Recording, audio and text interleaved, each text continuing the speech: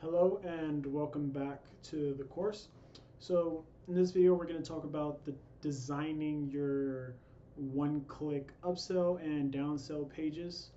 This is where like they come in, they've already bought their product, and then they get to hit some of your upsell pages. That's what this is. And they can't look like the other regular sales pages because they've already gone through one of those. So what different things do you need to do? This example that I found inside of the templates is a very good one. Notice that I keep going inside of the templates because you can get very good inspiration from them. So first thing, I always include this. It lets people know what's going on, and it lets them know that like what step they are on and like how much time they have left until they finish. I also like that there's a timer here. Adds a little more urgency to what is going on. And the button is like right below the video, which is nice. There's a wait. Would you like us to add this to your order for $97? But like, just because you're here, it's $97. But anywhere else, it would be this much.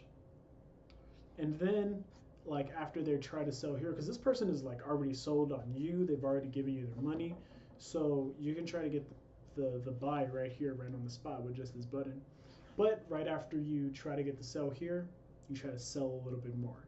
So you use the rest of this page to like let them know what's in the offer, do a little bit more selling, thank them again for purchasing what it is that they got.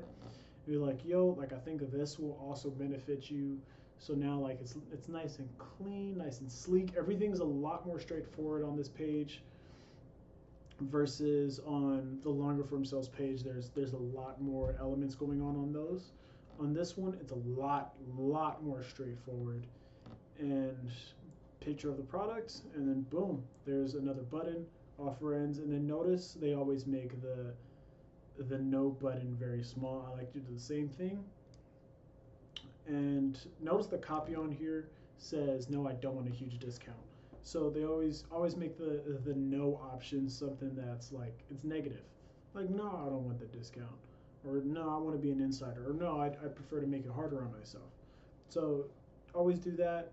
I don't think that this is necessary because it's an upsell page. They've already seen this. And yeah, this is very unnecessary. Don't put this on your upsell pages. So this is a good example of one-click upsell and downsell pages. One quick note I'll make about downsell pages is downsell pages need to be more urgent than anything else. It needs to seem like, yo, this is really your only chance to ever see this deal, and this is really not on the table again. And it should really be that kind of deal.